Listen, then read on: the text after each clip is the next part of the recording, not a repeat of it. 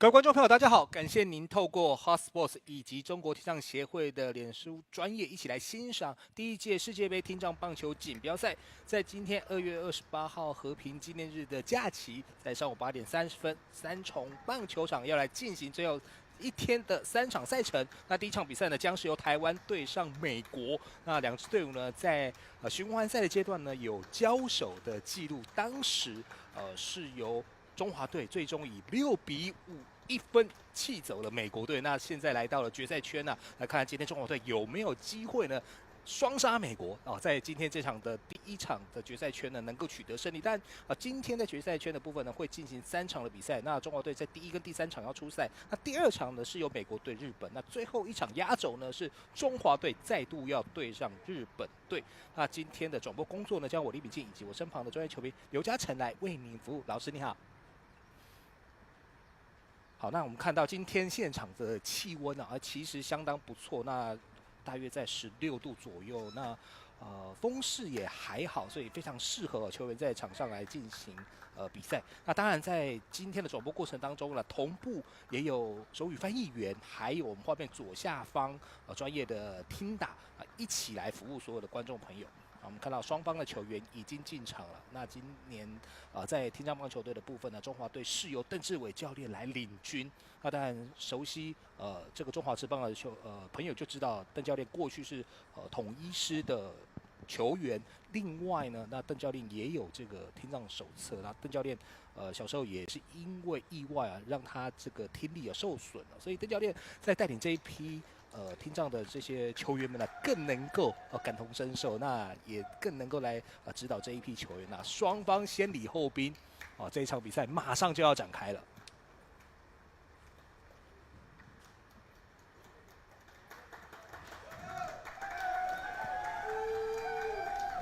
好，我们看到虽然来到了最后一场比赛，大家的精神啊还是非常非常的好啊，老师。因为今天已经进入到最后一场赛事了，其实大家都蛮亢奋的。是，希望能够在台湾留下最好的成绩，不管是对于客队美国来讲，或者是我们主队中华队，哇，美国队在这个比赛之前呢，也且画虾希望能够一开赛呢就有很好的士气来面对中华队。那毕竟前一场比赛呢是被中华队给逆转了，相信他们也想要在这一场比赛扳回颜面。那画面上我们先来看一下双方的攻守名单。在中华队的部分，第1棒是郭瑞仁，第2棒是蒋俊贤，第3棒刘云丽，第4棒林伯训，第5棒是林正雄，第6棒 DH 是薛家驹，第7棒是谢云琛，第8棒莫玉婷，第9棒是钟义军。那今天中华队排出来的投手是黄佑文。好，接着来看美国队的部分。今天的投手是 Anderson， 搭配的捕手是 Gustav， 那1垒手是这个 Josbo， 那2垒手是 Roscoe， 3垒手我们看到是 Bassman， 那游击手是 Silva Win， 那3名外野手呢，左外野手是 Long， 那右外野手是 Johnson， 那中间手是 Gun。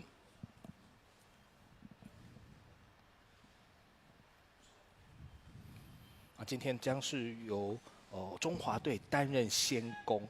那双方前一次的比赛呢，中华队是在最后关头啊，在5局下半的一个内野强袭球，一口气拿下2分，以6-5险胜了美国队。那今天双方再度交手，那已经有过前一场的经验了。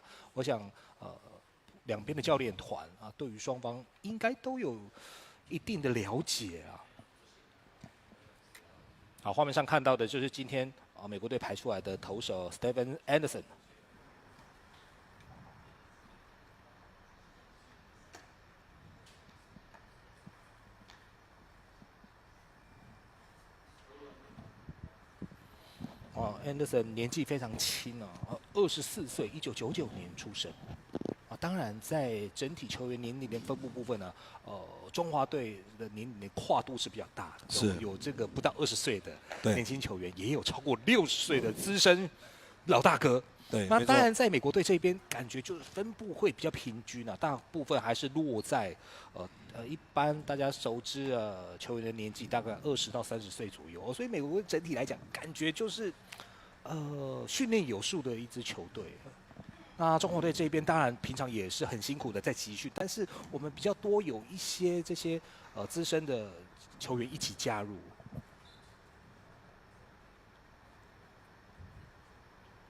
不知道老师怎么看？今天这一场这个台湾跟美国的大战虽然前一场比赛台湾是获胜的，不过是赢得很惊险的。其实依照上一场经验啦，美国队在攻击这方面其实还是占有大部分的优势。是，但我相信我们中华队的队员也是不会畏惧他们的攻击。对，那提到美国队的攻势我们还记得在昨天美国队对墨西哥哇，美国队又是一口气拿下了13分了，最后13-1大胜了墨西哥当然美国队在前面循环的部分是除了败给中华队之外呢，另外也是6-11败给了日本，所以在整个循环赛第一轮的循环赛是日本全胜的姿态进入到决赛圈。那美国队是获得了第2种子。那中华队当然是因为地主的关系，也来到今天最后一天的赛程。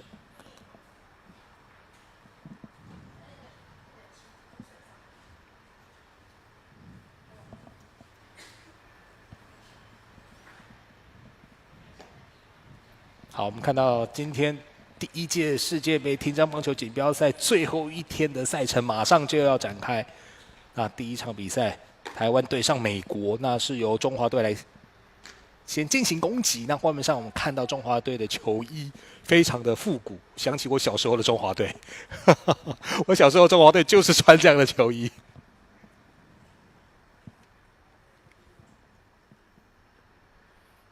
但这一次艇长棒球锦标赛，中华队在球衣上面真的是很用心了。对，现在这次赛会就是要致敬致敬那个40年前的中华队。没错。对。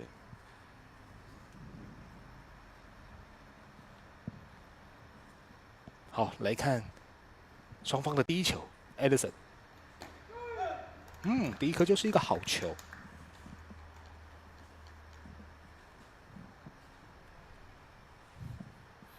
面对第1棒，中华队的中外野手郭瑞仁。那郭瑞仁年纪非常轻，19岁，哇，这一棒打得蛮扎实的。来看，但是进到2垒手的手套，直接传上1垒刺杀，形成1出局。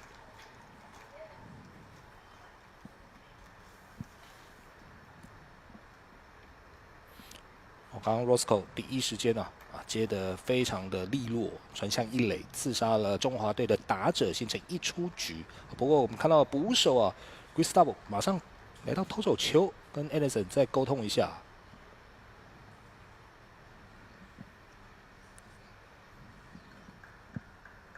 好，再来看到的是中华队第2棒蒋俊贤。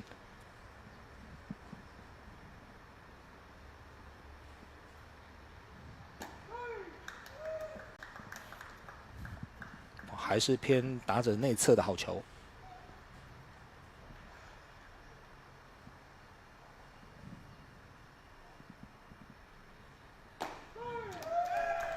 今天 Anderson 的好球率非常高到目前为止每1颗都好球。球数上投手绝对领先，2个好球，没有坏球。好，选掉，2好1坏。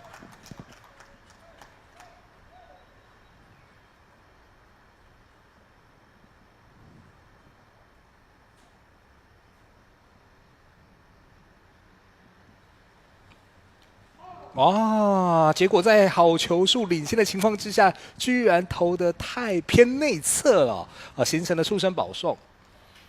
当然对于 Anderson 来讲比较不利比较不应该在球数领先的情况之下，居然投成了触身了。不过现在对中华队是一个不错的开始在1出局的情况之下呢，已经有跑者站上1垒垒包。那接着轮到的是第3棒刘盈利。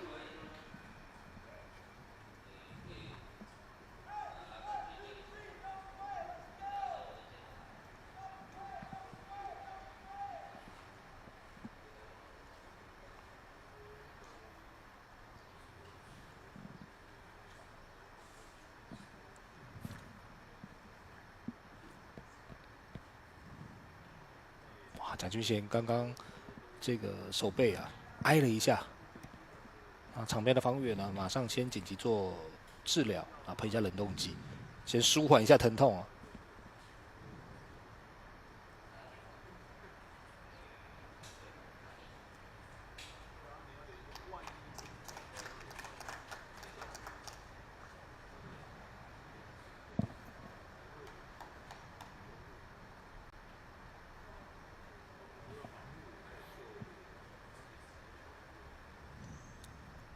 好了，看第3棒，刘云丽面对投手 Anderson，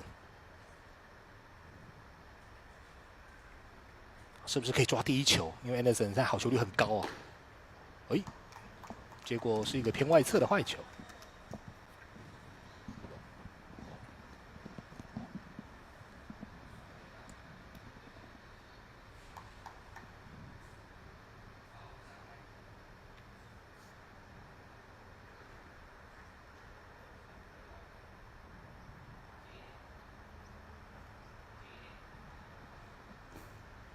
还是过低，而且跑者上2垒啊，一个挖地瓜。那我们看到在1垒上的蒋俊贤，哇，脚程非常快，而且很专注啊，嗅到了机会啊，直接攻占了得点圈。那现在中华队的得分机会更好了。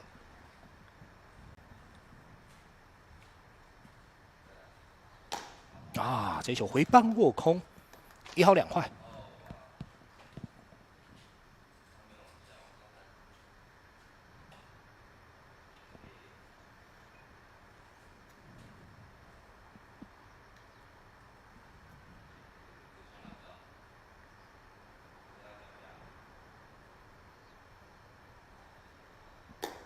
偏高，选成了1好3坏。啊，接下来这一球也许是有机会来做攻击。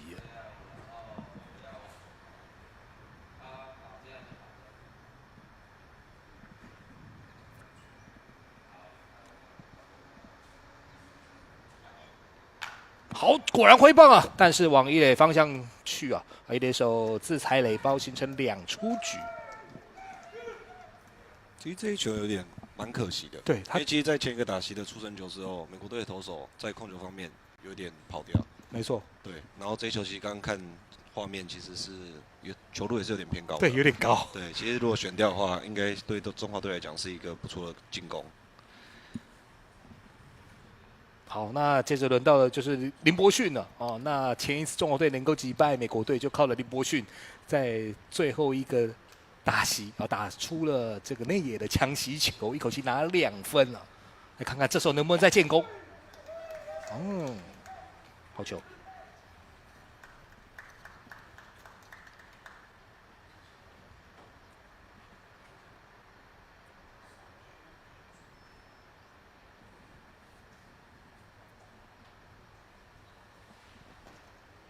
又是偏内侧，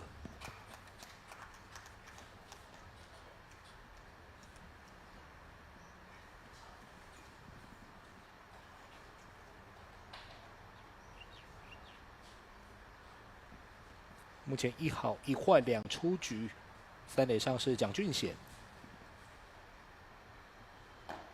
哇，这一球偏高，其实是一个攻击的机会啊。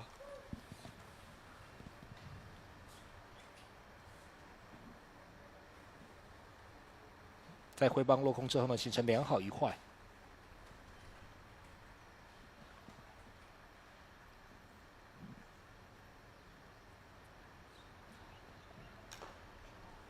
哦，这一球砸棒。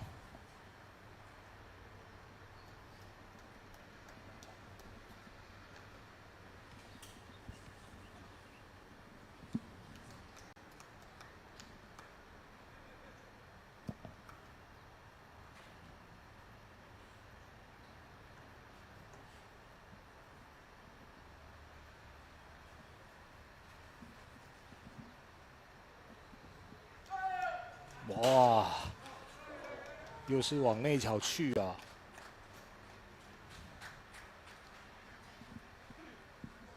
是不是打在？应该也是手肘的位置。对手肘哦。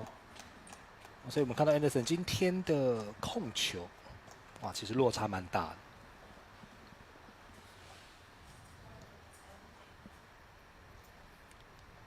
所以中国队的2名跑者呢，都是 Anderson 所投出的触身球送上去的。那接着轮到的是第5棒林正雄。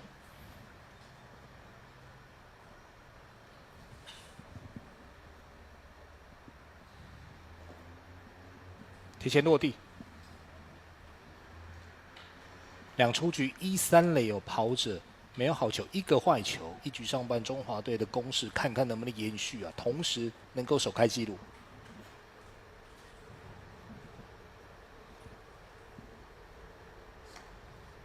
Anderson 先做牵制 ，safe。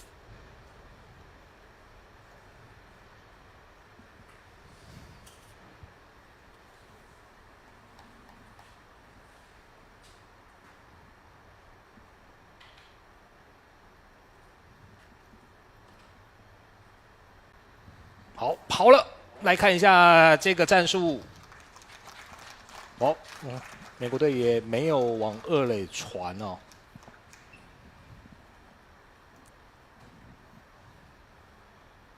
那当然也担心中华队会采取双盗垒，所以没有传球的情况之下，现在是2出局2、3垒有人，现在1棒有机会拿2分哦。而且现在的危机啊，也造成 Anderson 控球上面出现的麻烦，没有好球，3个坏球。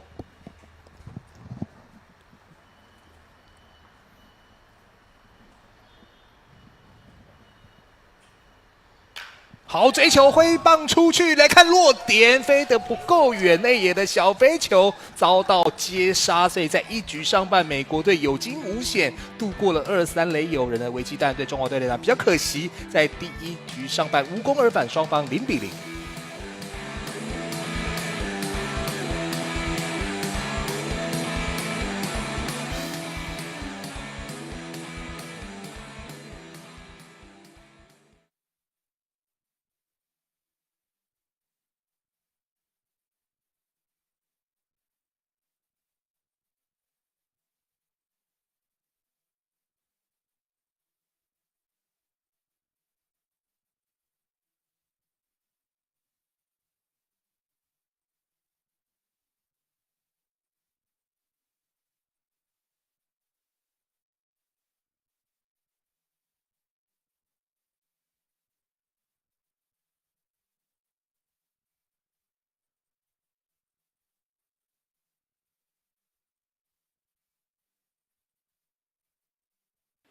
好，欢迎再回到第1届世界杯听障棒球锦标赛比赛，来到1局下半，轮到中华队的防守。那在美国队的部分，我们看到在打序的部分，第1棒是 Josbo， 那在第2棒是 Green， 第3棒 Long， 第4棒投手 Anderson， 第5棒游击手 Silva Win， 第6棒是3垒手 Bassman， 第7棒2垒手 Roscoe， 第8棒是右外野手 Johnson， 那第9棒是捕手 Gustav。好，那在中华队的守备阵容方面呢，投手是黄友文，搭配的捕手是钟义军，那1垒手是蒙玉婷，2垒手林正雄，3垒手刘云丽，游击手是林伯旭，3名的外野手，左外野手蒋俊贤，右外野手是谢云琛，那中外野手是郭瑞仁。中华队排出来的先发投手黄友文是资深的球员，今年已经63岁了，担任今天的先发投手。中华队，我们刚刚也提到年龄的跨度非常的大。那黄友文是63岁，在中外野手的部分，郭瑞仁19岁，不到20岁的年纪。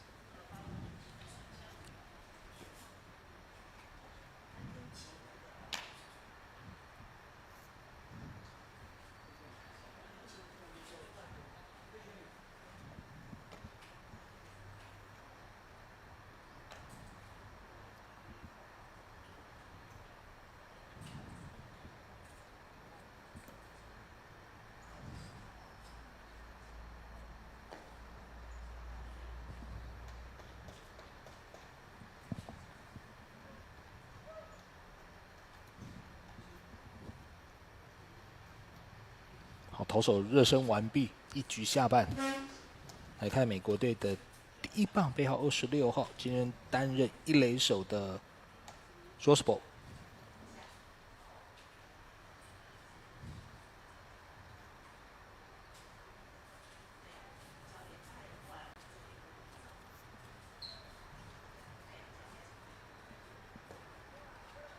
好，黄友文的第一球偏内侧偏低。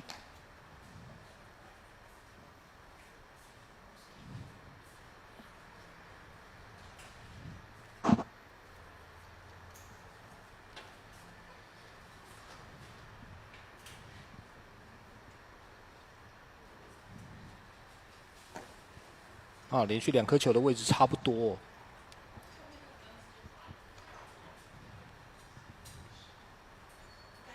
目前没有好球，2个坏球。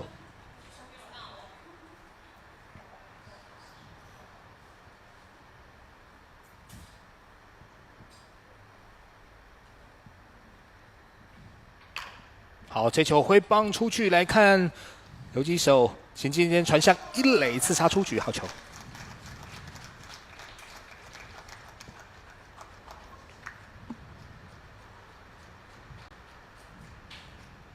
好，今天中华队的游击手是林伯逊。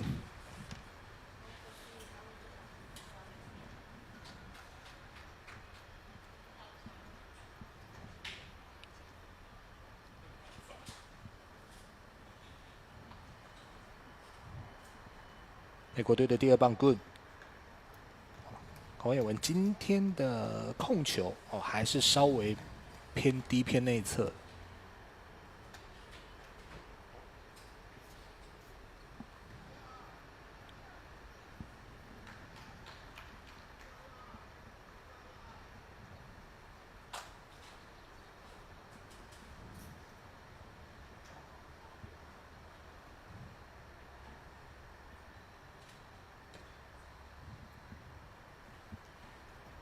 这球偏高，没有好球，2个坏球。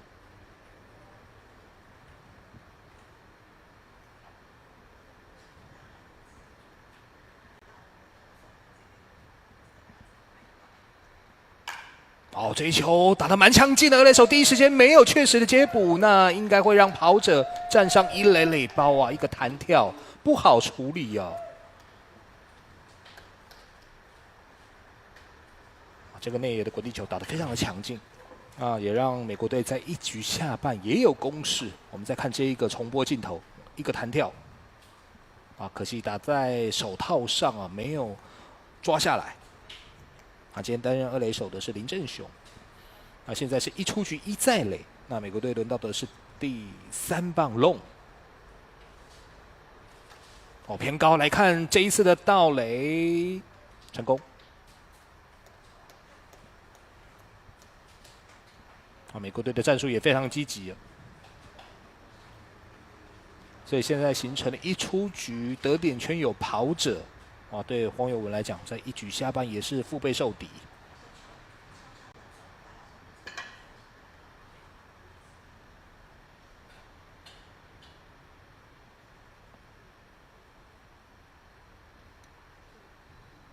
好，又走了3垒，来看这一次的攻防 ，safe。哇，个人对自己的脚程很有信心哦。啊，连续到了2个垒包。那现在对美国队来讲，在1局下半不需要安打就有机会得分了。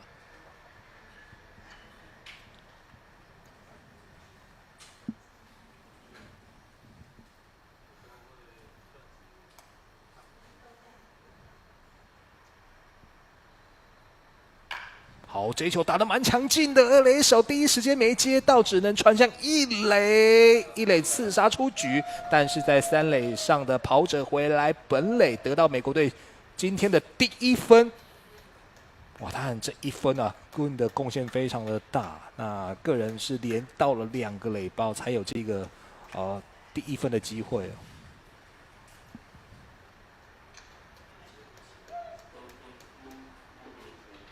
不过刚刚那个强劲的平飞球比较可惜哦，没有抓下来。对，因为如果那一球直接接杀的话，3垒这分还不会回来。对。好，那接着轮到的是投手啊 ，Anderson 啊，今天美国队是没有派出指定打击啊，那投手是打第4棒。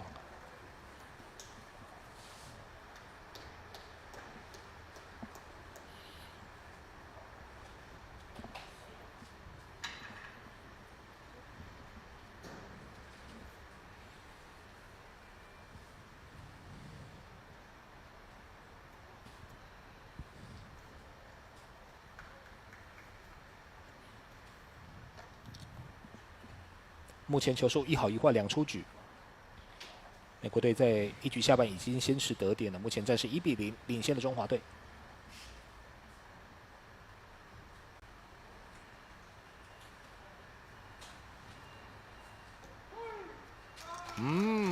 这球裁判捡了，2好1坏。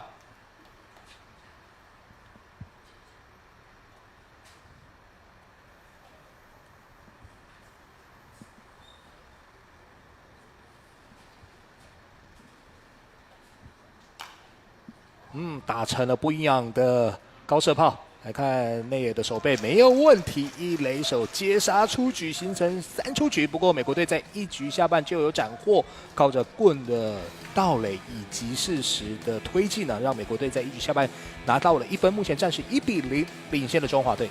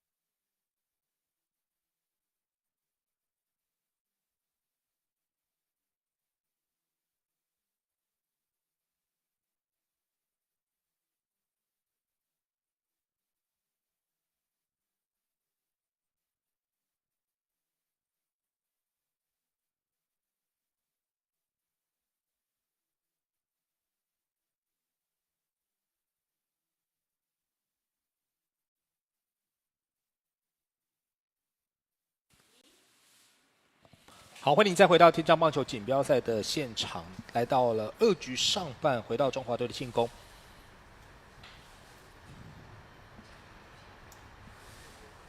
那现在中华队轮到的是第6棒薛家驹。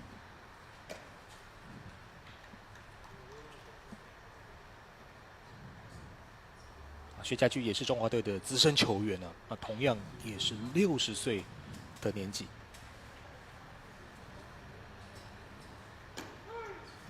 这一球投得非常的犀利哦。目前球数1好1坏。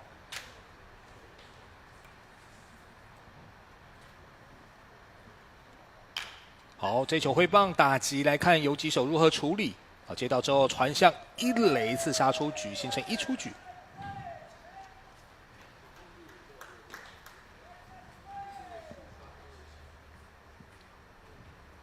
今天美国队的游击手是 Silva Wen。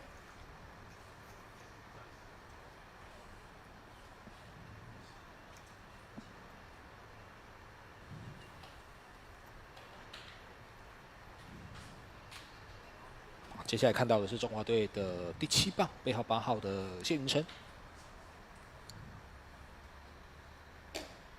偏高边内侧。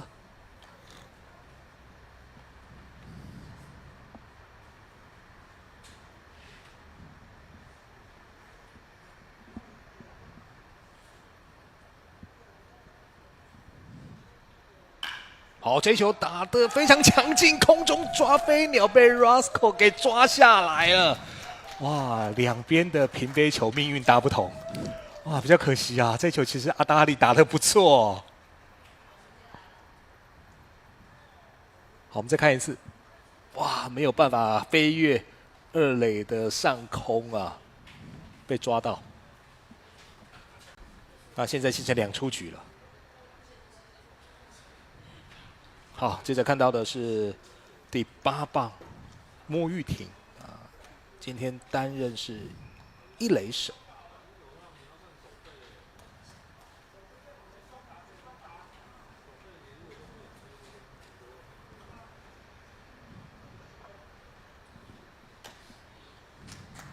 好，第1球偏高的坏球。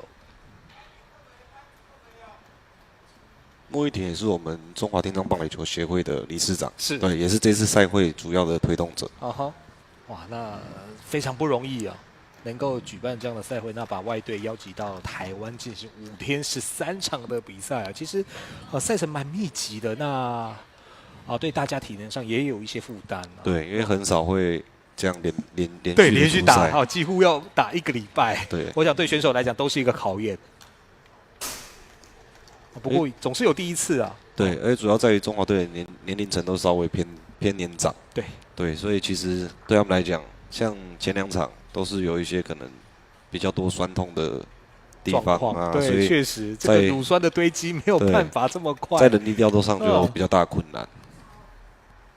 所以确实有些比赛，中华队必须在人员上面多做一些调整啊。所以观众朋友会觉得，为什么有时候比分会比较大哦？或者是说，为什么前场打得不错，那为什么下一场突然状况有比较多？那我想刚刚老师也提到，确实重点，中华队的平均年龄没有像美国队都是20-30岁的当打之年啊。中华队今天的先发就有2名的球员超过了60岁啊！哇，来看。这一球最后是选成了保送，但投手刚刚还是有一些情绪觉得他应该觉得他自己投的不错，但是裁判没有捡。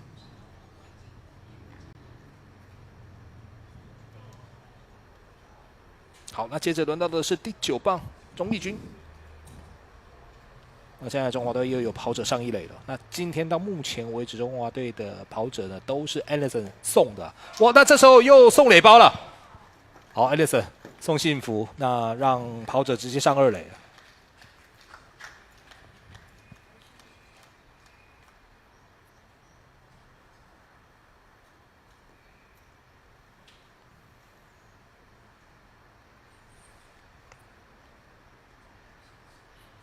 那现在只要适时的1棒，中华队就有机会将比分给追平。打出去就跑了，现在是2出局了。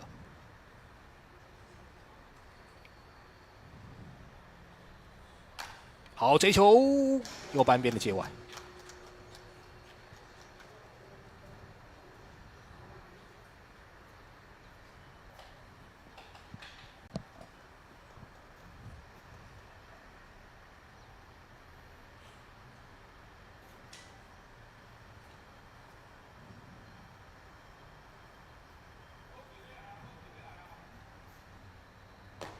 哇，这一球放掉，场边都在喊，可惜。刚刚都听到场边在喊好球要来啊，结果这一球可惜。其实跟上一颗球是差不多位置的，嗯，对，没有做攻击，其实蛮可惜。哇，又触身，哇 ，Anderson 今天的控球啊，这个落差真的蛮大的。对。好的时候很准啊，突然失控的时候呢，今天已经投出了第3个触身球了。包含刚刚的4坏球，其实今天中华队所有的上垒垒包都是投手Stephen Anderson 自己送出来的。当然还是希望中华队的打者可以在垒包上有人的时候做适时的一击啊。是。好，在第2局又回到了第1棒郭瑞仁。中华队非常年轻的球员今年19岁。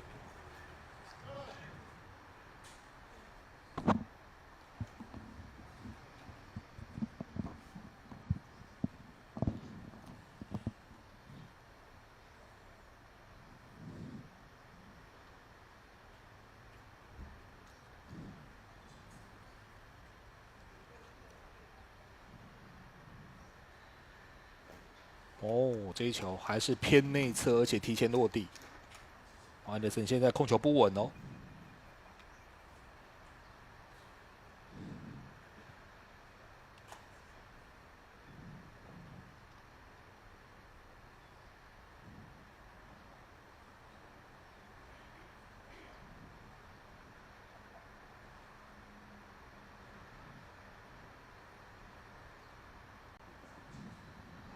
好，这球打得蛮强劲，可惜左外野的界外飞球。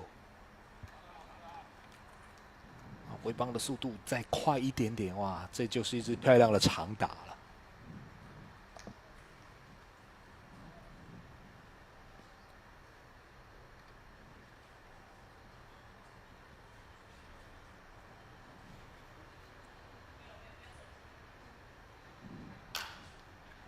连续的挥棒出去，来看落点，可能很巧妙，结果是一个巧妙的三不管地带的安打。那这时候中华队要得分了，先将比分追平之后，来看跑者。好，那现在形成了2-3垒有人，中华队将比分追平1-1。哇，打得好不如打得巧啊！虽然不是很强劲，但是刚好落在三不管的位置啊。我们看这一球。出去之后啊，包括游击手、三垒手，还有左外野手都有机会处理啊。最后 Silva 问啊，飞扑还是差了至少2步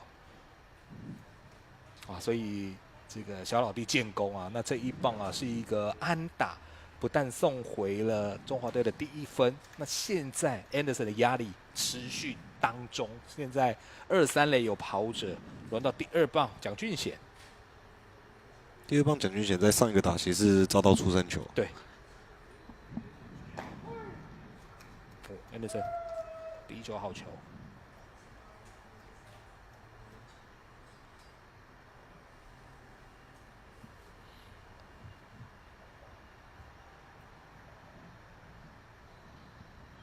好，这一球阿达利不错，一个弹跳没确实的接捕，中华队领先了。哇！中华队在2局上半马上还以颜色，不但追平，现在分数反超。因为这一球击出之后，其实在第1个弹跳离3垒手非常的近。对，所以在接球上面其实不太好处理。那今天美国队的3垒手是 Bassman。哇！中华队连续2棒的建功啊！那现在还在加压当中。目前2出局1-3垒有跑者，来到第3棒郭盈利，对不起刘英利。好，来看这一次的2垒攻防被抓到了，这一次的战术呢，被美国队给识破，那也在2垒的盗垒呢遭到了触杀出局。不过中华队在2局上半大有斩获，靠着对方的保送以及适时的2支安打呢，中国队现在是2-1，1分反超了美国。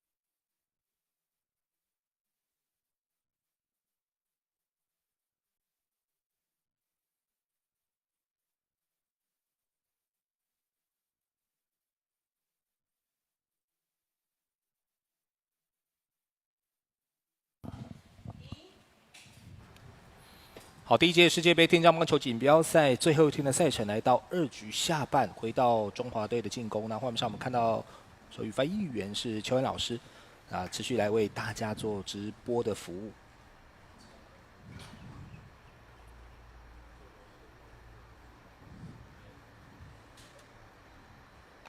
好，来看一下，马上做 safety 慢斗，哇，这个战术，哇，做得非常的。这个成功啊，这种突袭式的短打收到了效果。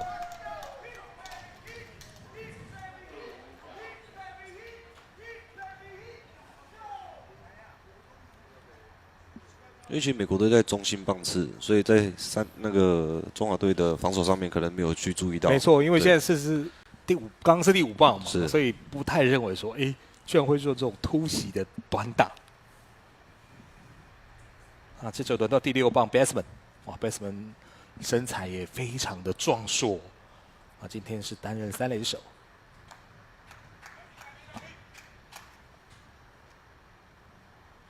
在1垒上是刚刚突袭短打成功的 Silva Wen。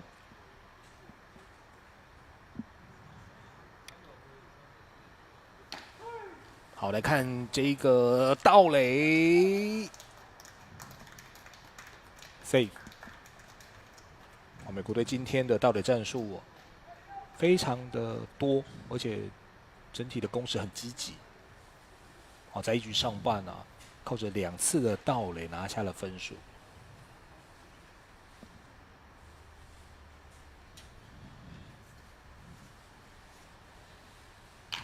好，这一球打击出去，来看，这是一个穿越的安打，跑者停留在3垒。啊，当然，刚刚回传球的不理想啊，也让对方直接上2垒啊，所以每一个球的处理细节都要做到位。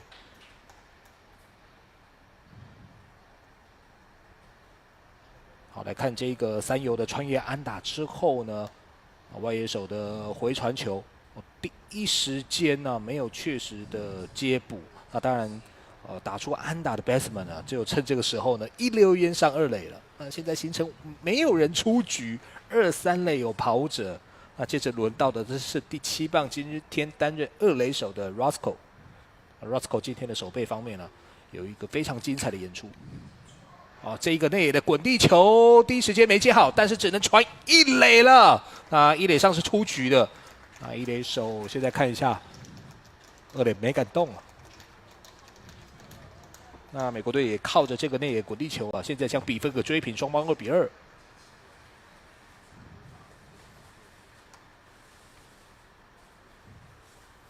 很可惜，其实刚在3垒手接球的那一拍，若没有漏球，应该是会抓本垒，对，就可以预防这一分。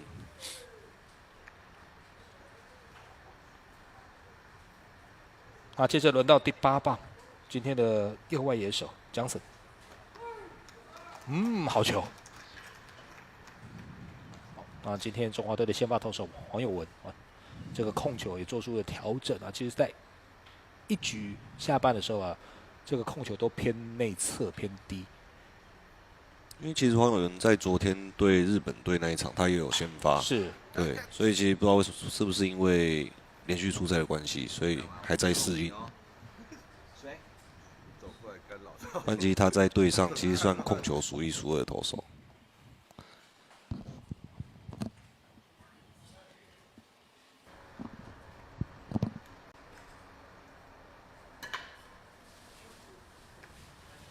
球数上黄友文绝对领先，2个好球没有坏球，一出局2垒上有跑者。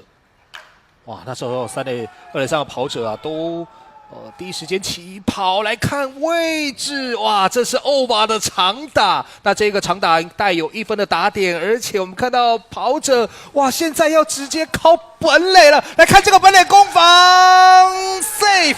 哇，那这是一支场内全垒打。Johnson 打出了深远的飞球，没有办法第一时间接下的情况之下，形成了长打。那Johnson脚程很快，一口气连敲4个垒包回到本垒。那这一支场内的全垒打就是2分的打点了。哇，来看外野的处理，其实也没有浪费时间呐。但是我们可以看到Johnson的脚程真的很快。哇，头部滑垒来不及了。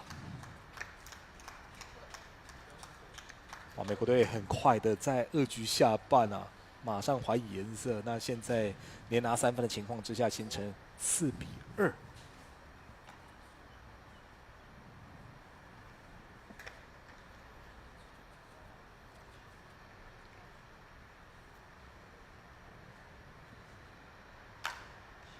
这球偏高，打成了左半边的界外飞球，掌握到了。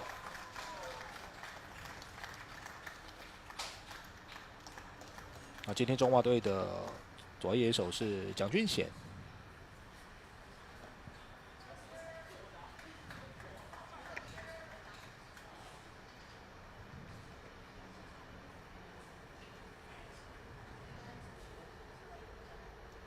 好，美国队回到了第一棒 ，draw ball。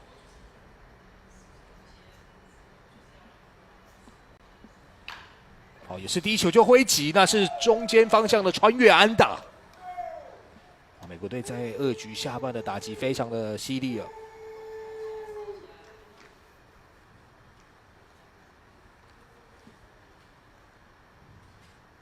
场边美国队的这些队员们，哇，很兴奋啊！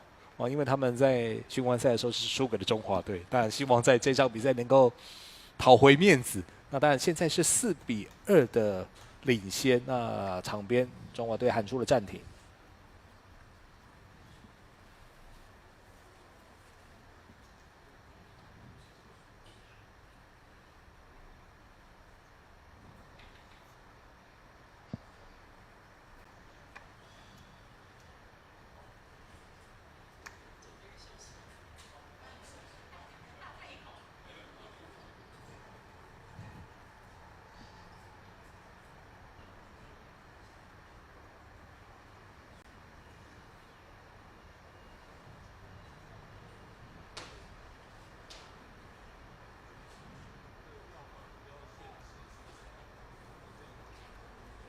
好，刚刚画面上我们看到林承化教练啊上投手丘啊，沟通一下之后呢，给这个投手朋友更多的信心啊，希望能够稳定下来，因为现在是2出局了，再抓一个就能够先度过2局下半的危机啊，所以现在只要想再抓一个就好，那也不用在意一垒上的跑者。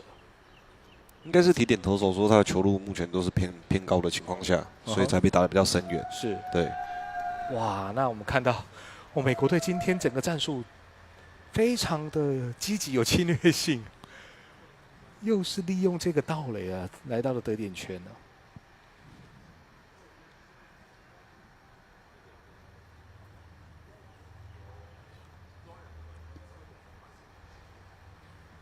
不过我们刚刚也提到，不用去理会垒包上的跑者，不要受到影响，好好的来面对打者就可以了。来看这一次的提前落地弹跳，哇，又被逮到了机会啊！哇，所以现在一口气从原本的1垒2个投球之后呢，来到了3垒。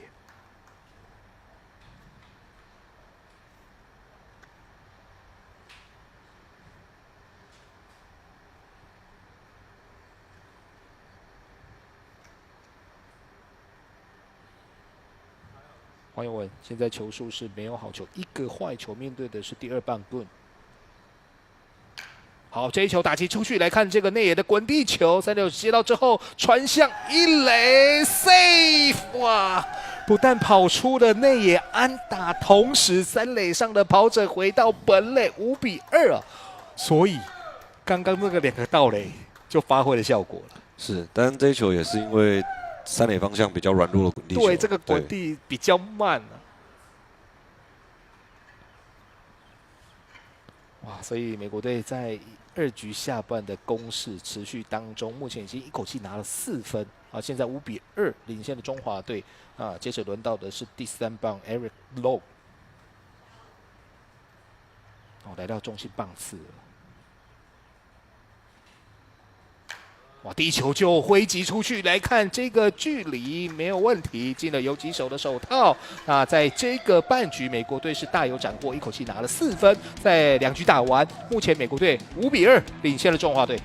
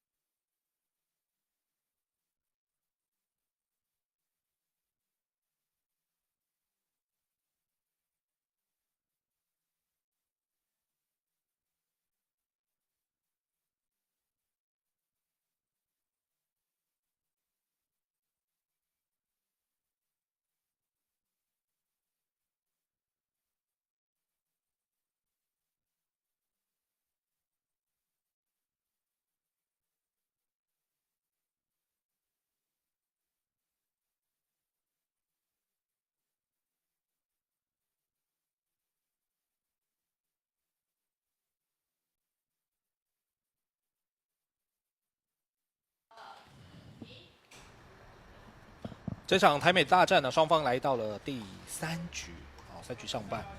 那我们的手语翻译员呢，换成了林雅秀老师。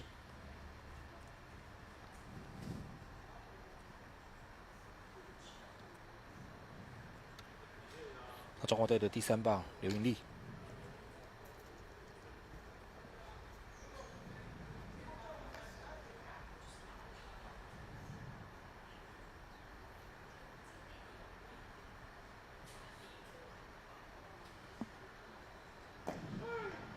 哦，这一球捡了。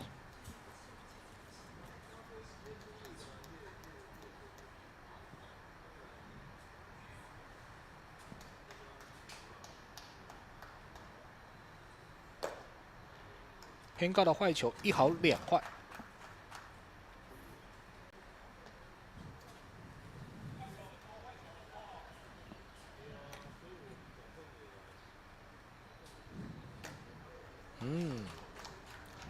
选的不错，1好3坏。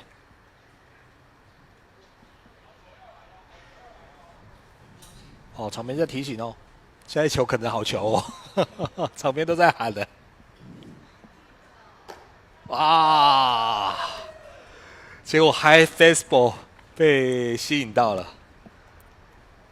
其实现在中华队的打者还是要有一点耐心啊，因为其实在美国队的先发投手在控球上面，除了第1局之外，上一局跟这个半局的开头控球都不是很稳定。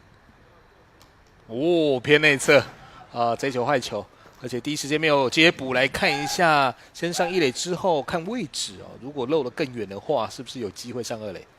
不过美国队已经把球给捡回来了，所以现在形成了4坏保送，没有人出局。中华队在3局上半机会再起。美国队场边也喊出了暂停。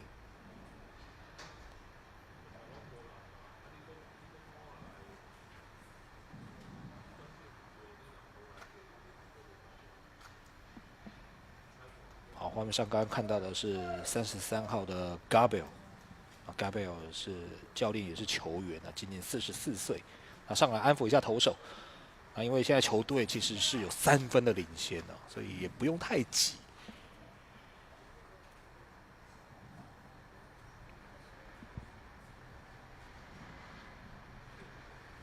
那中华队来到了中信棒次第4棒林伯逊。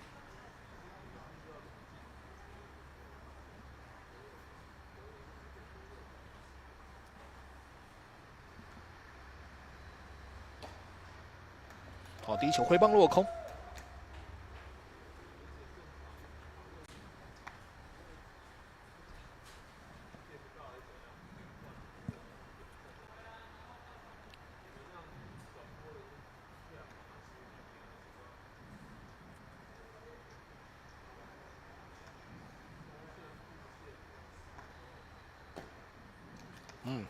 哇！裁判认定有出棒，所以形成了2个好球，没有坏球了。哇！其实棒头没有出去。对，不过尊重裁判哦。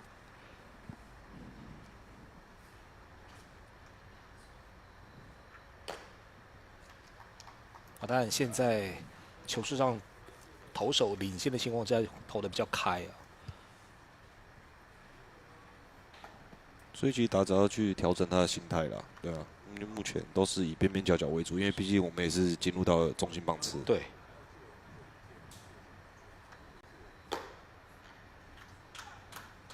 艾德森连续2颗球明显都是坏球。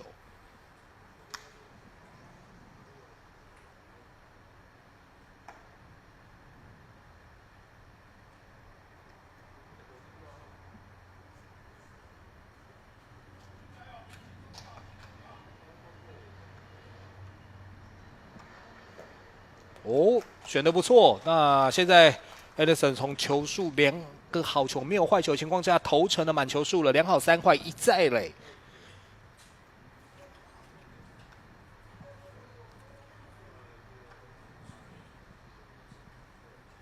林伯逊面对 Anderson 来看这一球，哇，打高了，但是看落点 ，Anderson 来处理吗？哇，结果是投手自己接啊，这在一般的棒球场上比较少见，是投手来处理飞球。哇，结果我们看到 Anderson， 动作非常的快。一般来说，这样的 play 可能会交给捕手或者是一垒手来处理。应该以守备位置来看，一垒手接会比较好一点。对，哇，结果是投手自己接。好，那这个界外飞球遭到接杀之后呢，形成一出局。那中华队轮到的是第5棒林正雄。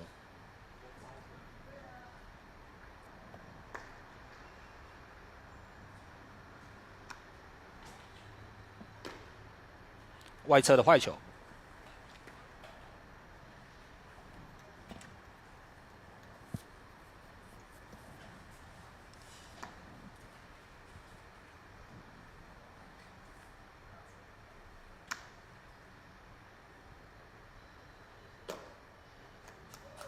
偏高偏内侧，没有好球，2个坏球。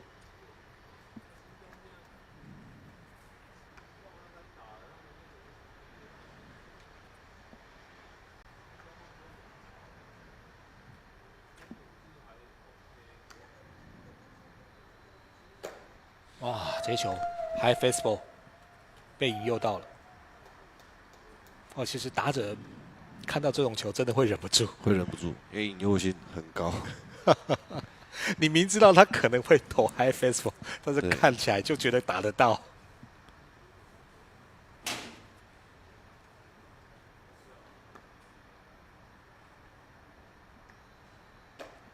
哦，这球选得不错，没有再受到这个欺骗了。那现在1好3坏。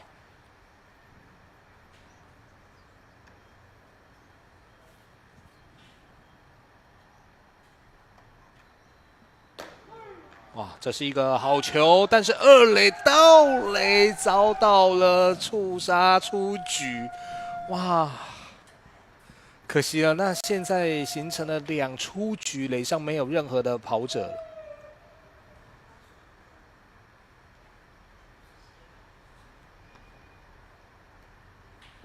往2垒跑的是刘云丽，遭到触杀。球数形成了2好3坏。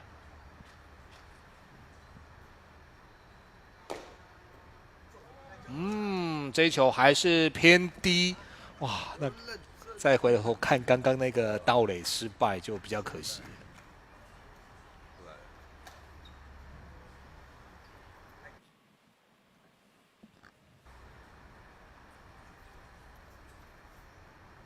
好，接着轮到是今天担任指定打击的薛家驹。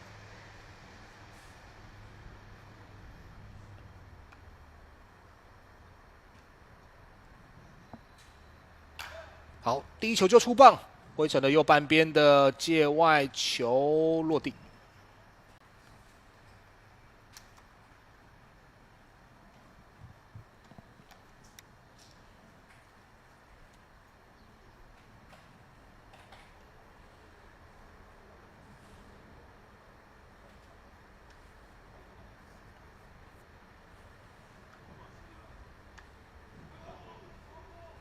投手 Anderson 刚刚试图要牵制，但是因为刚刚前一球是界外，所以是比赛停止。啊，对，在裁判没有喊 play 的时候，他牵制是没有用的。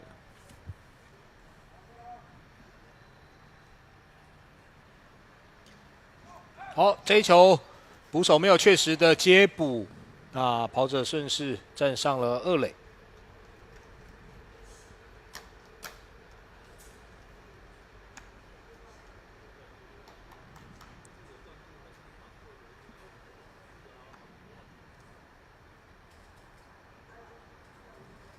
啊，中华队只要靠着1支安打，有机会再将比分追进。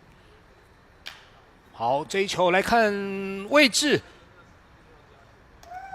最后遭到了游击手Silva Wen 的接杀出局。在这个半局，虽然中华队也进占了得点圈不过没有41击分数停留2分，目前还是由美国队5-2暂时领先。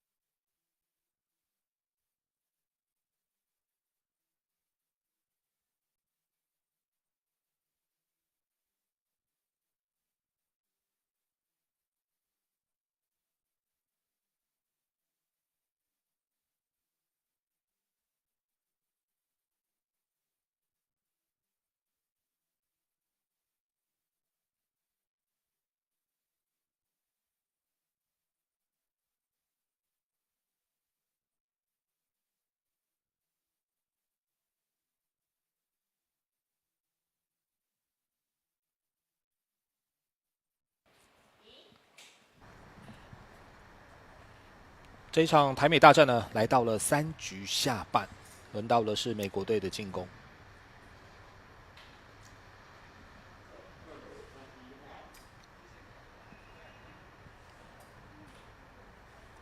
美国队的第1名打者是投手 Anderson。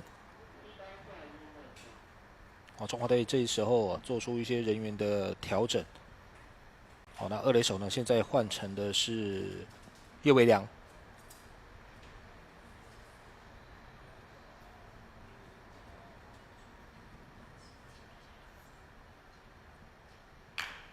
好，来看这一球，来到游击的管区，接到之后传向一垒，一个弹跳，没有确实的接捕不但让跑者上一垒，那这时候呢，没有接到的情况之下 ，Anderson 直接上2垒了。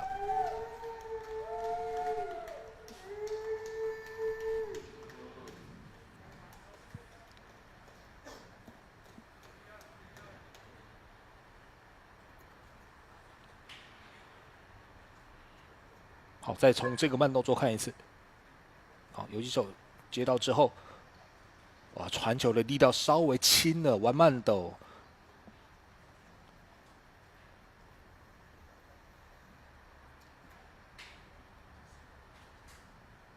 美国队在3局下半，现在又无人出局，来到了得点圈，轮到的是 Silva Wen。哇，刚刚他就利用这样的突袭短打，开启了美国队的攻势。那现在2垒上有队友，刚刚又想要如法炮制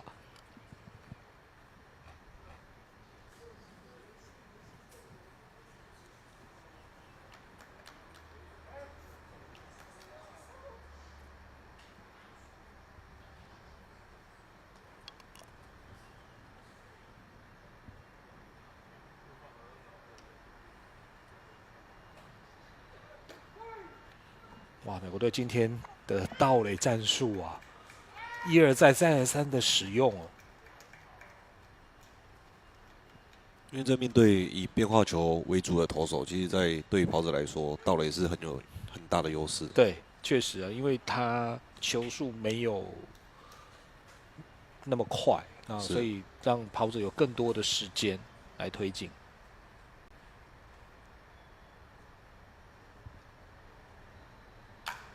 好，这一球挥成了外野的飞球，左外野手已经锁定了，接杀出局。那这时候会不会形成一个高飞的牺牲打呢？哇，应该是拿到分数了所以这是一个左外野的高飞牺牲打，美国队拿下本场比赛的第6分。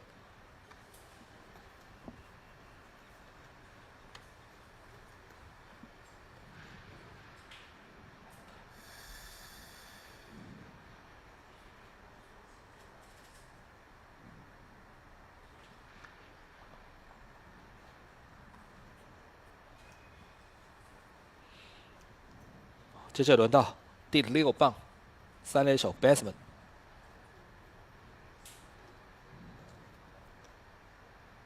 低球坏球。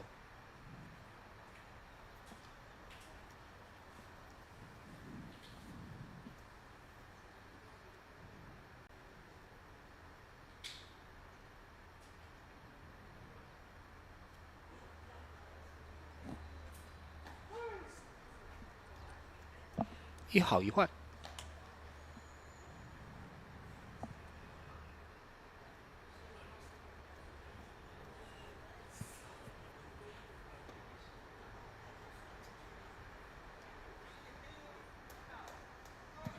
好，应该场边灯号哦，对，应该是一出局。好，所以刚刚我们看到 Bassman 马上跟朱晨来反应。好，现在应该是一出局灯号的部分。应该是弯out，对，应该是刚那个飞球出局而已。对，应该是一出局而已。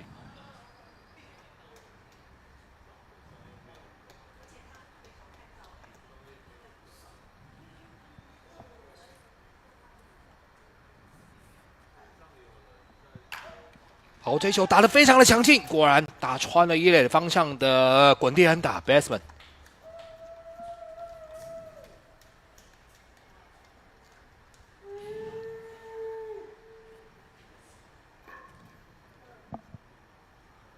好，那这一个安打出现之后，邓志伟教练、李承化教练都上来，是不是要做调整呢？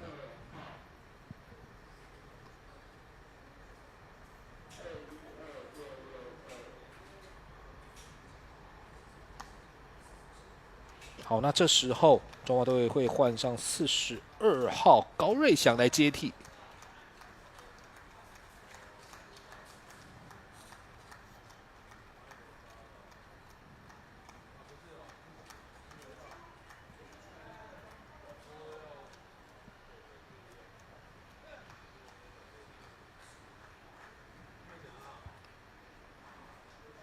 黄彦文连投了2天哦，确实非常的辛苦，而且他的年纪63岁，确实体能上可能要更多的时间来休息跟恢复。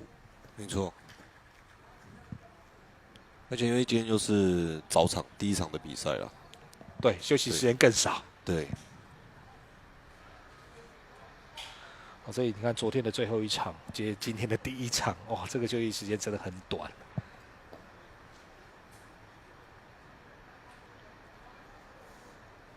那现在第2任的投手高瑞祥要观察他的伤势，因为他在前天对韩国的那一场在跑垒上面的时候脚有拉伤，是对，所以其实昨天在对日本队的时候，我们教练团也是比较保护他啦，因为今天主要重心还是放在今天的决赛。嗯哼。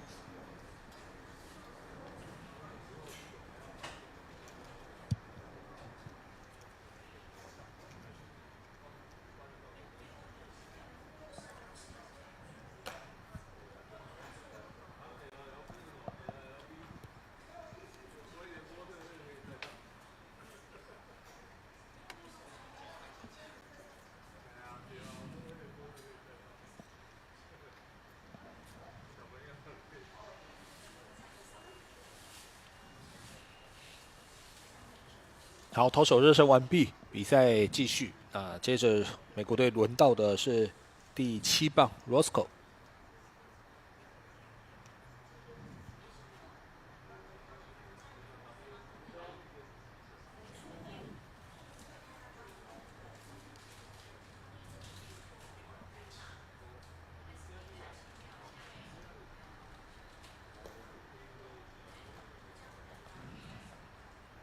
哇，我们看到美国队只要在接捕上面有一点点机会，他们就跑了。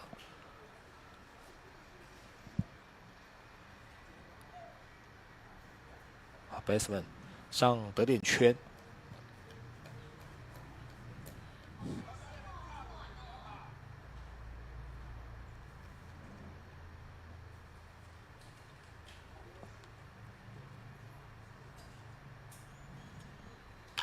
哇，这一球打得蛮强劲的，果然再度打穿了中华队的内野防线，而且外野手第一时间没有把握住。那现在滚到全打墙，会形成了一支长打，那跑者直接上3垒。哇，这个安打加上失误，一口气丢掉3个垒包，那也让美国队拿下本场比赛的第7分，同时攻势还在继续。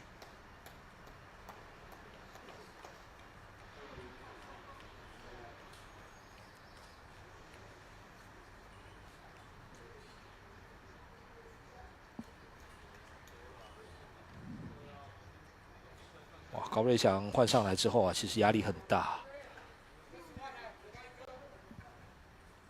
哦，那接着轮到的是江森哦，那江森前一轮打出了场内全垒打，一个深远的飞球，那自己一口气利用脚程靠了4个垒包。好，第一球就挥棒，来看这个软弱的滚地球传一垒，哇，他的脚真的够快，又跑出了内野安打，带有1分的打点。哇，江森本场比赛已经打下了3分了。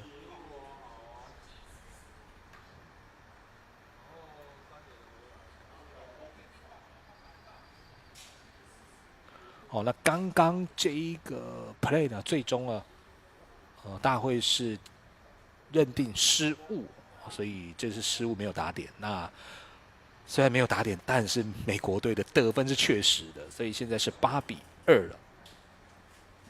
接着轮到第9棒 ，Grista， 好，又跑了。现在基本上只要这个球啊不是那么顺利的来到捕手的手套，美国队就会跑了。那如果你投的比较边边角角，让捕手可能动作大一点，他就要跑。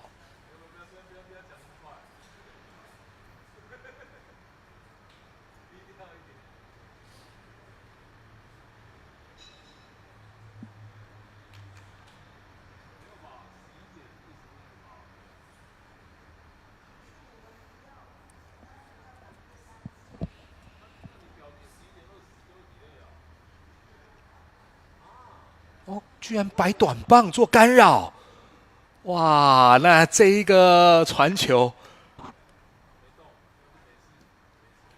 虽然第一时间没有接到，不过外野是有防备了。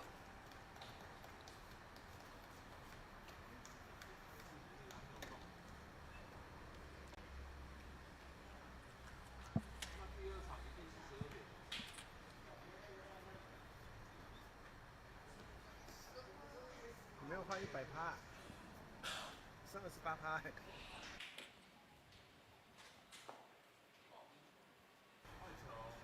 好，这一球偏低偏外侧，2好1坏。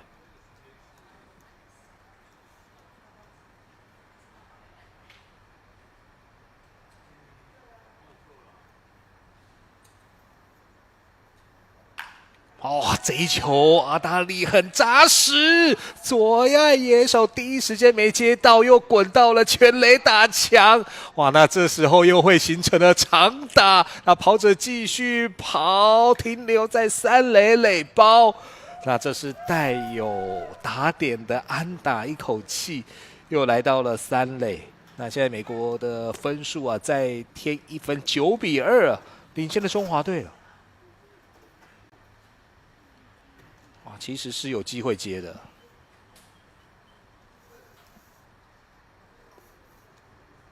因为这球打出去的角度其实蛮平的，对，所以在外野手判断上面可能会有一些比较不容易看清楚的。确实，打得蛮强劲的。对。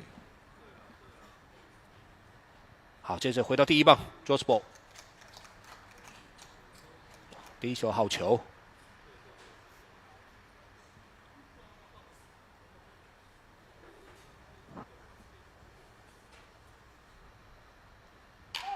哇，这一球来到3垒的方向，第一时间没接到，那传向1垒 safe。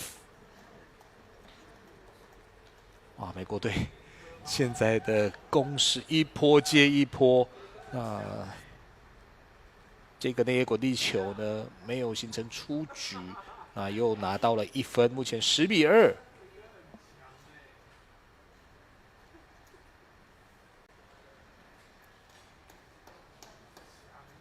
中华队今天的3垒手是刘英利。好，第2棒 good， 哇，这是好球，啊，真的要当心美国队的这个跑者，大家都蠢蠢欲动，所以捕手也很机警，接到球之后呢，先限制一下一垒上的跑者。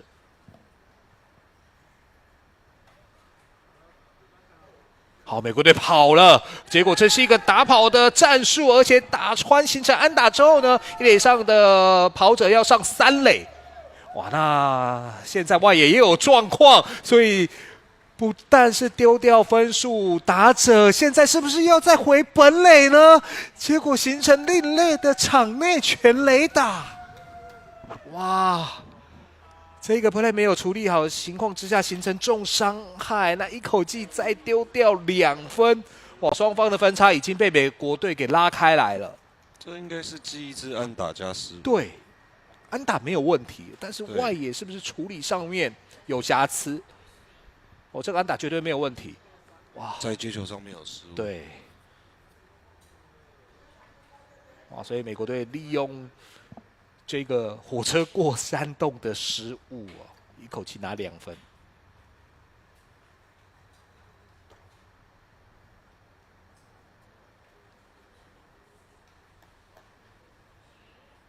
好，轮到的是第3棒 Eric Long， 偏内侧偏高。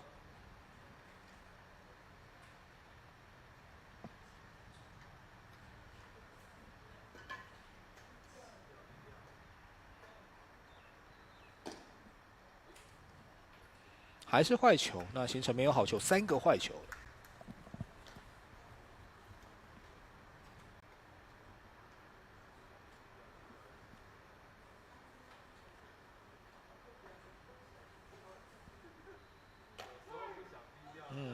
这是好球。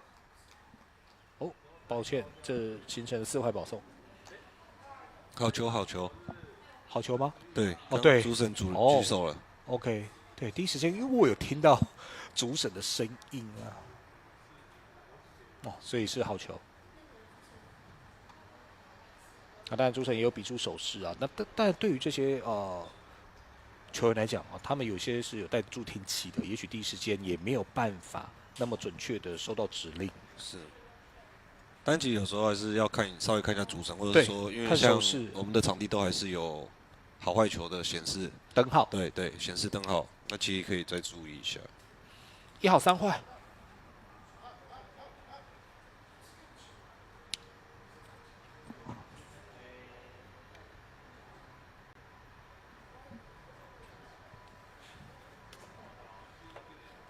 邓志伟教练又上来了。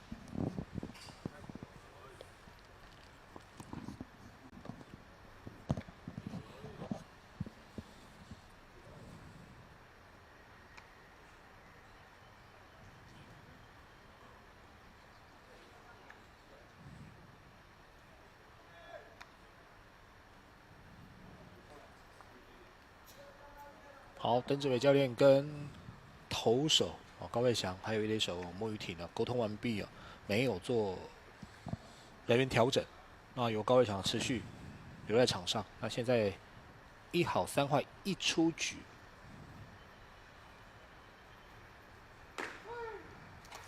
好球。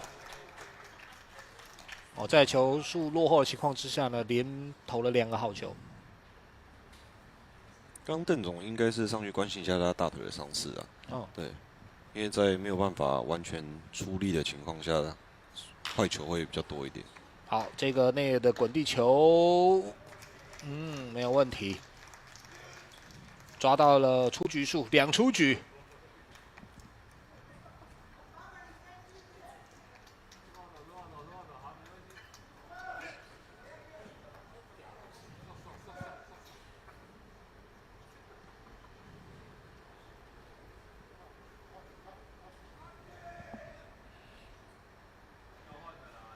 啊，接着又轮到了 Anderson， 哇，这一局第2次上来打击了。场边要换投手了。哦，刚刚没有换，那抓到出局数之后，这时候邓总决定要更换投手。啊，高瑞祥要下来休息。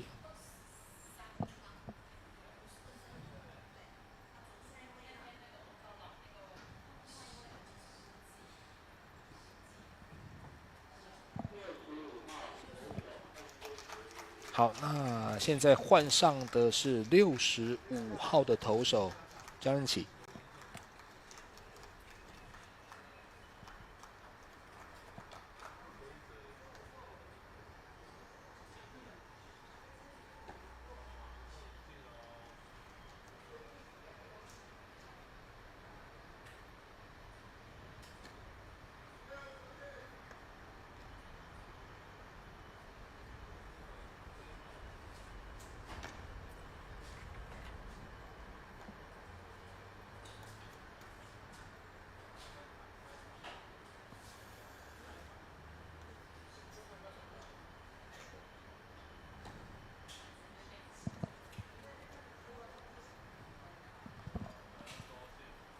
好，我们看到江仁启上来啊，赶快做热身啊。但现在中华队是落后10分啊，所以一定要先止血。那接着在4局上半能够再有分数的进账。哦，所以我想邓总还是希望能够把这一局让对方啊不要再有得分的机会。对，因为考量到高瑞祥他脚伤的部分，因为下午还有一场。对，所以可能提前先把他换下来。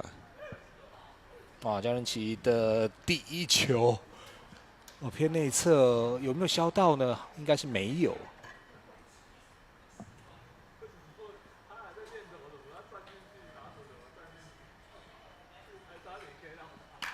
哇，这一球打得非常的扎实，结果进手套。哇，中外野手，safe， 哇，是不是有弹跳？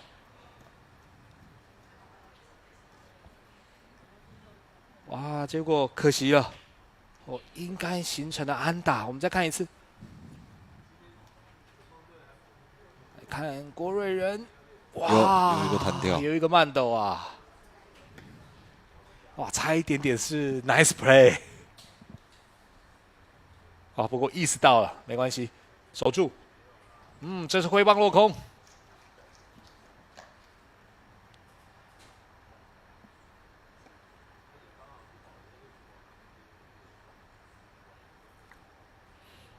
第5棒，Silva win， 哇，形成了促成保送。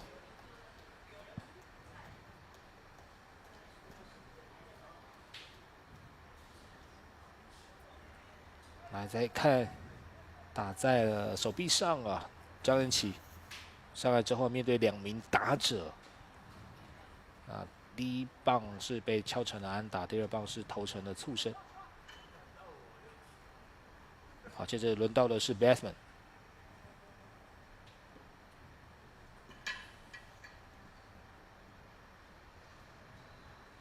哇，这时候跑了！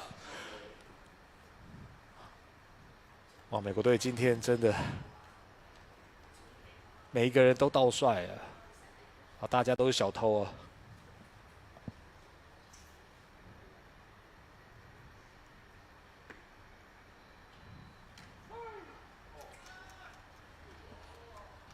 好，这一球是外侧削到好球带，1好1坏。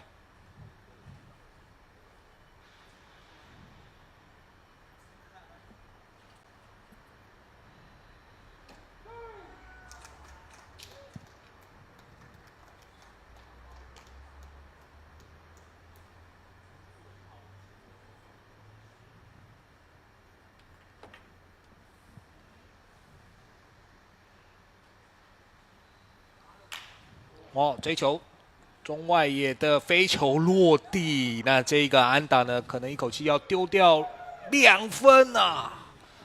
哇，美国队在利用这个安打，那跑者乘船又上2垒，所以现在美国队已经拿下14分了，而且跑者又来到了得点圈，哇，整个战术真的是太有侵略性，非常积极，上垒就到垒。那打者、跑者都会利用传球上面的空档啊，又往前推进。我们看到这个乘船，跑者就上2垒。因为今天是决赛啊，其实大家应该都是全力以赴了。没错，对，为自己的国家争光。Roscoe， 美国队的第7棒，江仁奇第一球投出好球。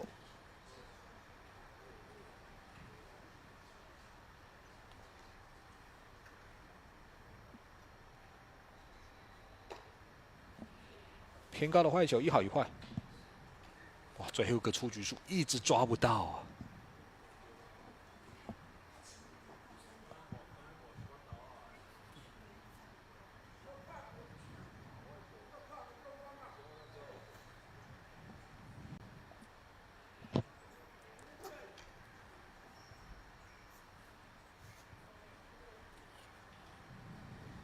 好，焦元奇的控球啊，还是比较起伏。1好2坏，2出局，2垒上是 Baseman。哇，还是偏外侧，非常明显的坏球。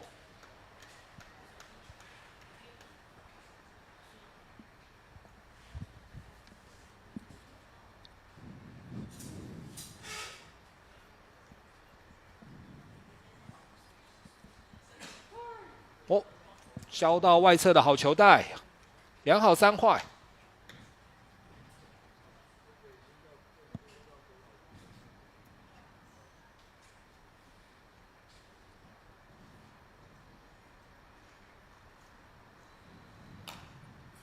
好，这一球擦棒，本垒后方的界外。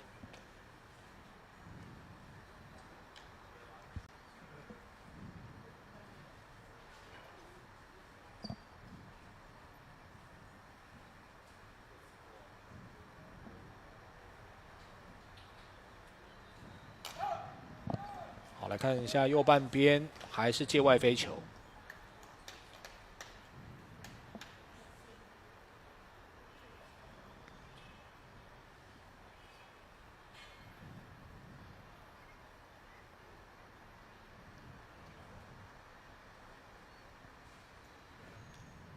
哇，结果又投成了出生保送啊！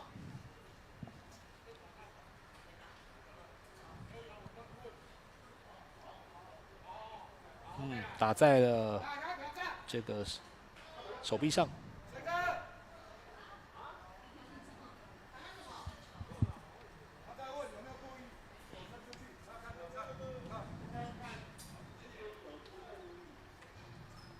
我现在场边要挑战啊，这个触身是不是要挑战这个触身球？是不是刻意？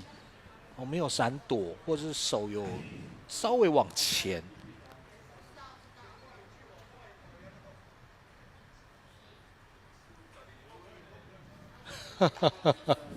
这个从美国队教练的姿势就可以看得出来，是不是你们认为我们的手有伸出去？他比比手指，没有，但是最终还是要经由裁判的认定啊。还是要看一下重播画面才知道。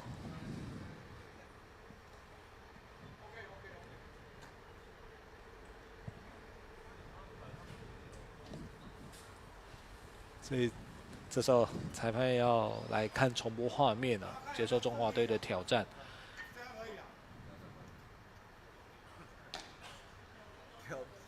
好，那场上如果他有稍微伸出去的话，可能会被判定出局。对。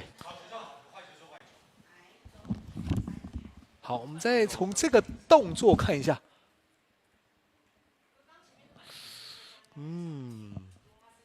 这可能要以裁判的。对，要裁判主观认定哈。对。因为你说他有伸嘛，好像有那么一点点。哇！结果裁判认定出局，所以这个半局呢，中华队啊靠着这个挑战呢，成功的要到了出局数呢。不过美国队在这个半局啊，哇，攻势非常的猛烈，目前已经是14-2领先了中华队。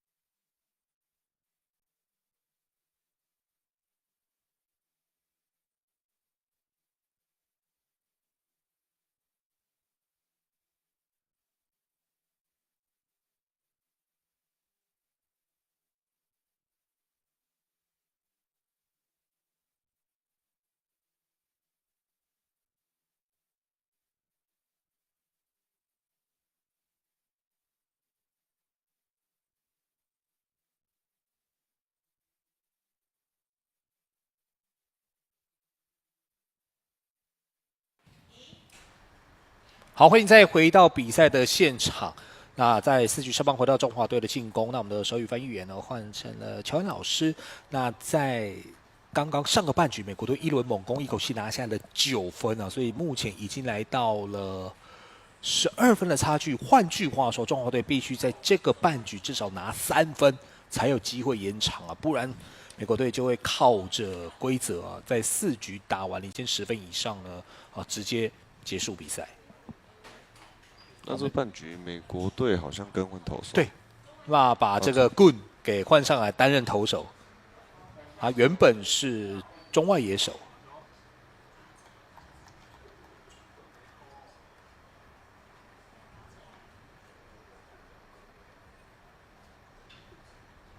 好，那中华队是8号的第7棒谢云琛。哦，这球偏差很多，应该是前大脚没有踩稳。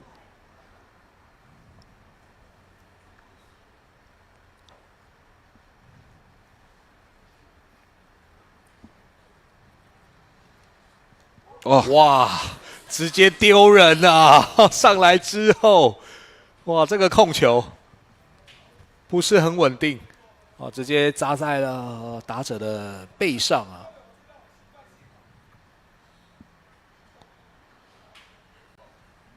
哇，这是快速球啊，蛮痛的。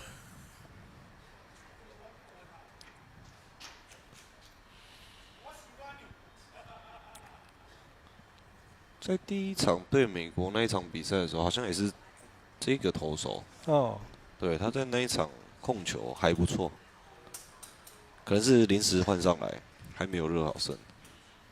啊，不过对中国队来讲是一个机会啊，好的开始啊。那接着轮到的是孟玉挺，哦，偏高哦。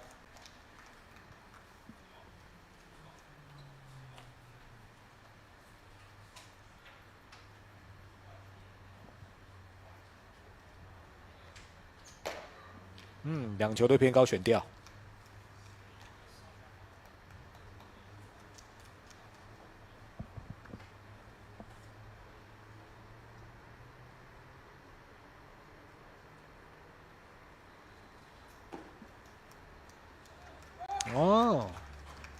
还是太低。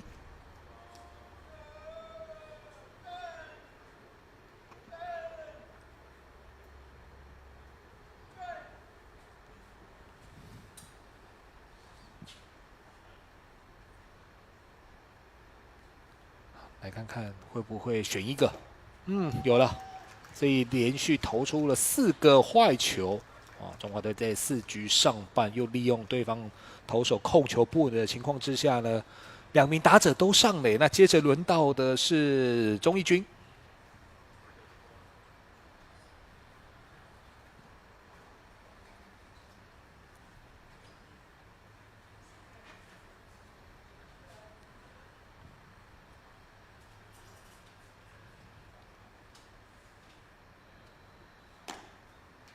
外侧的坏球现在棍找不到准心了。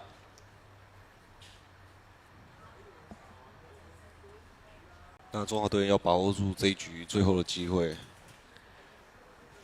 要耐心选球啊。对，不要这个盲挥啊，盲挥会帮助投手。没错，没错。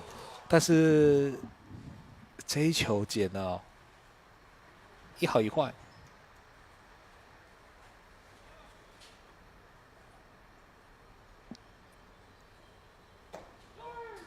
哇，连续2颗都是差不多的位置。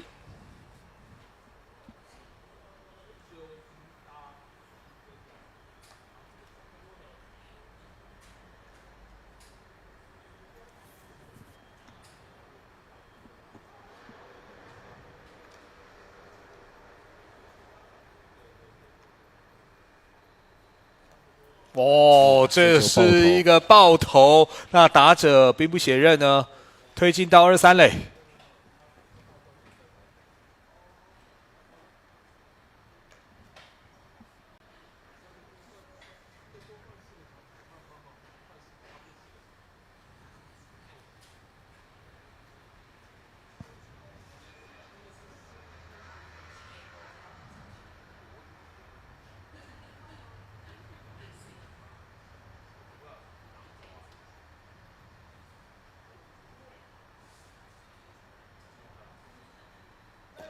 哇！结果这个速球挥棒落空，形成1出局。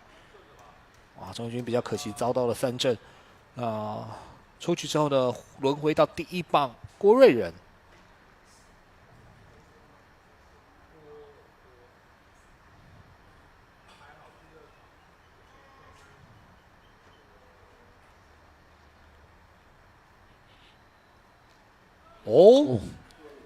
第一球又触身，哇，棍上来，投了2个触身保送啊！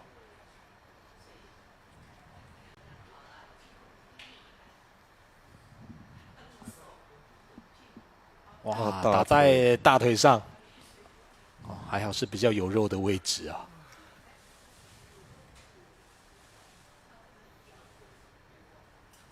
好，那现在形成1出局满垒了。中华队至少在这个半局要拿3分。当然现在情势还不错。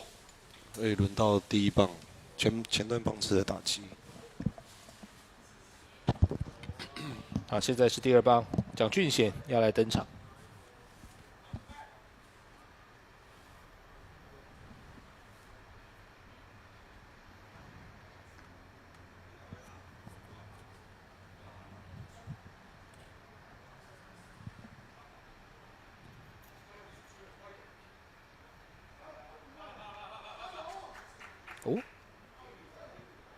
场边是不是要做调整？因为这一次赛会有比较特殊的规定，对，好，来教练来解释一下。超过10分以上的话，叫林政委出来爬，总教练可以出来打击。所以这时候邓总上来了，叫林政委起来爬，好。邓总有机会1棒哦，我看汉超就知道了。邓总过去在统一狮也是这个强力的打者啊。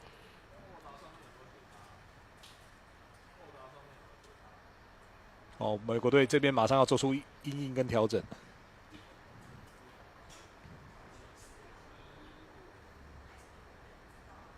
哦，是不是美国队不知道有这样的特殊规则？有，但是其实在赛前应该都领队会议都有讲到吧？都有讲到，只是怕说，因为我们要透过我们台湾的手语老师再翻译给国际的手语老师，在传达的过程中，可能大家各国的理解上面可能会有一些出入。OK。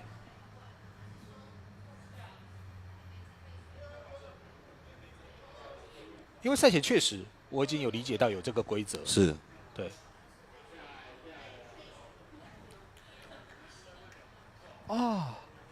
那现在有一个争议就是预备选手里面并没有填上邓总的名字啊，所以有这个规则，仲伟是可以上来打。是，但是如果在名单，仲伟如果没有在名单当中，就不能上来，所以邓总也很有风度，又下去了。我想美国队还是据理力争啊。没错没错。对，我想这都是良好的沟通。对，确实有这样的规则，美国队也认可，但是中华队没有把邓总放在预备选手当中。是。哇，所以就比较可惜。哇，差点有机会，好久没有看邓总打击了。但我相信还是一样相信我们中华队的选手啦。是。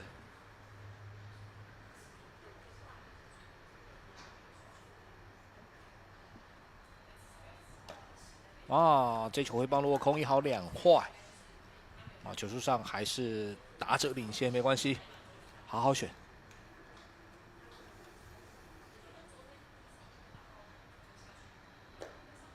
偏高的坏球，现在不需要任何的安打，只要靠选球就有机会帮中华队添取分数。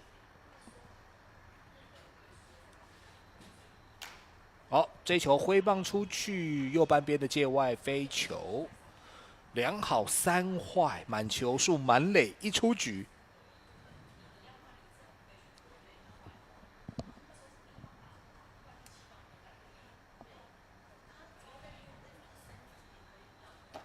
哇！结果这一球挥棒落空2出局，可惜。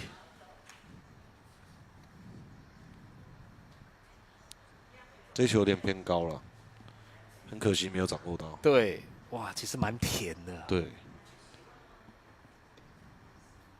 好，那接着轮到的是第3棒，18号的刘云丽。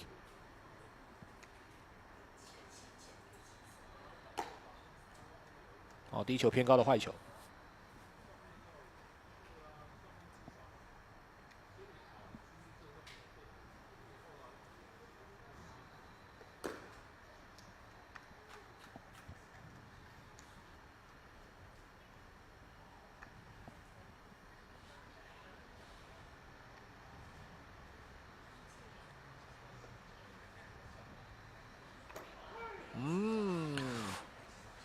这一球其实蛮内角的。对，我甚至觉得可能都要打到打者的身上了。不过还是尊重裁判的判决，1好2坏。